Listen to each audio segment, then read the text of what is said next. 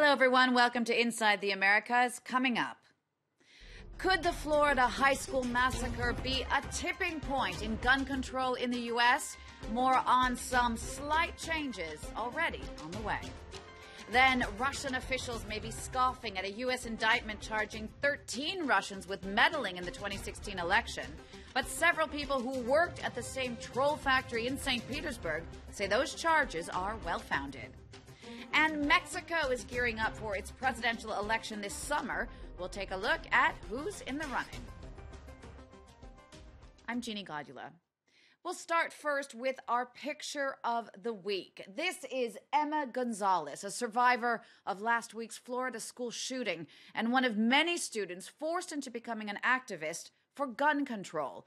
Survivors of the Florida massacre have been particularly critical of U.S. President Donald Trump's reaction to the attack, but that criticism seems to have hit a nerve. This week, Trump threw his support behind moves to ban devices like the rapid-fire bump stocks used in last year's massacre in Las Vegas. Ellen Gainsford and Charles Pellegrin have the details.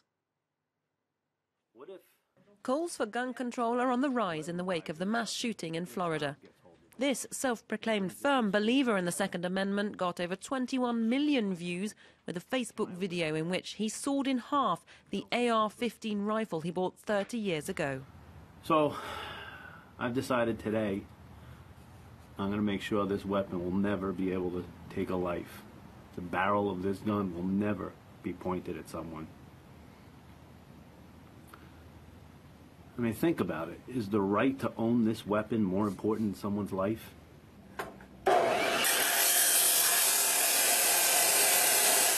His One Less hashtag has already encouraged other assault rifle owners to follow suit.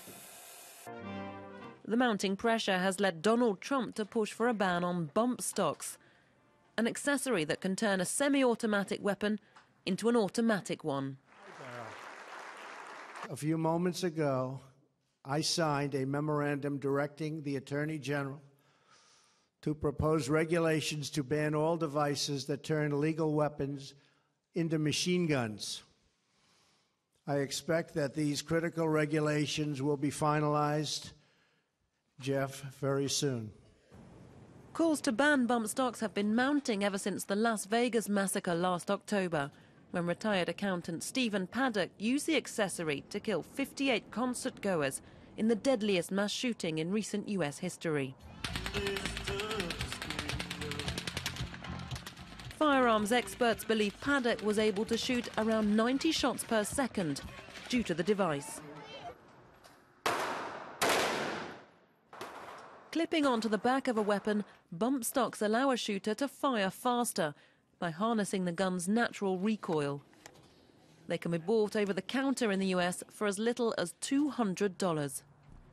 In a nation where any move towards gun control is hugely contentious, plans to ban the accessory are a rare point of agreement between some members of both houses and the powerful NRA gun lobby. Also this week, the biggest evangelist in the United States died. Billy Graham passed away aged 99. He was a confidant to presidents and a guiding light to generations of Americans. Last week, special counsel Robert Muller made a surprise indictment in his wide-ranging Russia investigation, charging 13 Russian citizens with meddling in the 2016 presidential election. And while Russian officials are scoffing at the charges, several people who worked at the same St. Petersburg troll factory say they think the criminal charges are right. Francois Vibo reports. It's inside this nondescript building that Russia's trolls are thought to be lurking. An entire office dedicated to spreading pro-Kremlin fake news stories, both within Russia and abroad. Marat Mindyarov says he used to work here as part of the army of trolls that wage digital warfare. It was the Facebook department. That's where all the translators and people who spoke foreign languages worked. So you believe the reports are true? Yes, I believe that's how they did it. The reports are those coming from Robert Muller's investigation. The U.S. special counsel has indicted 13 Russian citizens and 3 Russian companies who stand accused of conspiring to sway the presidential election. The defendants allegedly conducted what they called information warfare against the United States, with the stated goal of spreading distrust towards the candidates and the political system in general. Among the accused is Yevgeny Prigozhin, a close Putin ally who's believed to have financed the operation. Marat seems to agree. All of the trolls knew that it was Prigozhin who was behind all this, but nobody had any evidence. The lack of proof is Moscow's current line of defense, and the Kremlin's outright denials have increased since the indictments. In Munich this weekend, then from Moscow, the foreign minister called it, quote, claptrap. On Monday, Vladimir Putin's spokesperson also weighed in. Russia did not interfere. We don't have such a custom to interfere in other countries' domestic affairs, and we aren't doing it now. Also accused of collusion, Donald Trump lashed out online.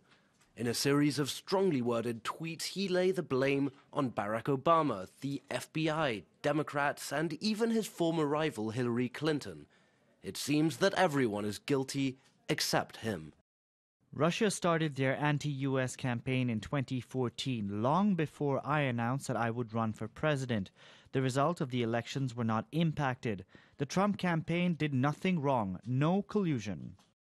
The investigation continues and should determine whether Russia helped Trump win, if his campaign conspired with the Kremlin, and if the president tried to obstruct the investigation.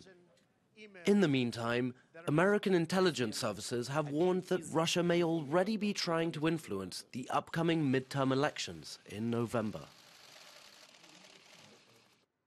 Next now to Peru, where a court has ordered former President Alberto Fujimori to stand trial for the killings of 6 farmers in 1992.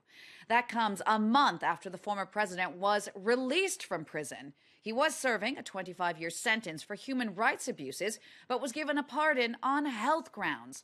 The court now says that pardon does not apply to the new case. Clement Bonnereau explains. He was released from prison just last month after being granted a pardon on health grounds. Former Peruvian President Alberto Fujimori is now due back in court for the killings of 6 farmers in 1992. In a tweet, the court said, "The judges have decided that in the Pativilca case, the right of pardon for humanitarian reasons does not apply to ex-President Alberto Fujimori. Therefore, he is not excluded from the trial in this case." The court also wants to try 23 others involved in the death squad operation. Fujimori says he's innocent and will appeal against the decision. The 79-year-old is a controversial figure in Peru. In 2009, he was sentenced to 25 years in prison for human rights abuses during his 10-year presidency. An estimated 69,000 people died in the conflict between left-wing insurgents and his brutal government between 1990 and 2000. Current President Pedro Kuczynski granted him a pardon in December after it emerged he suffered from a degenerative, incurable illness. But the move sparked street protests in Lima, with some describing it as a slap in the face to Fujimori's victims. Mexico is gearing up for its presidential election this summer. The current president, Enrique Peña Nieto, is reaching the end of his 6-year term and will not be running again this July. So, who will be taking his place? France 24's Charles Pellegrin takes a look at the candidates who are hoping to become Mexico's next head of state. Who will be walking in Enrique Peña Nieto's shoes after July 1st? The president will be leaving power with a historically low popularity rating, his tenure having been marred by a slew of corruption scandals and record levels of violent crime. Currently in pole position to take his place is fiery leftist politician Andrés Manuel López Obrador, who has already been a presidential runner-up twice before. Running for the Morena party, the former Mexico City mayor is vowing to overhaul public health and education, end the privatization of state resources, and fight for the poor, all in his own signature style. With stubbornness, with foolishness, with perseverance, bordering on madness, I'm going to put an end to corruption. con la corrupción. Behind him in the polls is Conservative candidate Ricardo Anaya. The 38-year-old is focusing on the economy to bring about change, aiming to raise the minimum wage and shift away from manufacturing. He's promised to put an end to the rule of the Institutional Revolutionary Party, or PRI, but he will be dogged by allegations of corruption. The people in Mexico want to change. Mexico is going to change, and the good news is that the PRI is leaving. The man charged with keeping the PRI in power is former Finance Minister Jose Antonio Meade. The long-dominant political party in Mexico is struggling so much that for the very first time, they've picked a non-party member to be their nominee. I will lead our effort by example. My behavior will be subject every day to the critical and objective evaluation of the Mexican people. And for the first time in modern history, independent candidates have also been allowed to run, so long as they collected over 860,000 signatures. Analysts say that they have next to no chance of winning, but they could shake things up nonetheless. Former First Lady Margarita Zavala, for instance, is polling at around 5%. How many votes she'll be taking from her former Conservative Party will become clearer as the campaign officially starts on March 30th. We'll leave you now with a very heartwarming number of the week. This is for the over $996,631.90 rap star Drake gave away in Miami. Now, that money was originally meant for the video of his chart-topping song, God's Plan. Instead, Drake filmed himself handing out stacks of cash to people in the street, delivering toys to a shelter, giving a family a new car, or handing out scholarship money. We'll leave you with that. Thank you so much for watching. We will see you soon for the next Inside the Americas with all the news from north to south. I feel good, sometimes I don't. I finesse down Western Road. Might go down to G.O.D. I go hard on Southside G. I make sure that Northside E. And still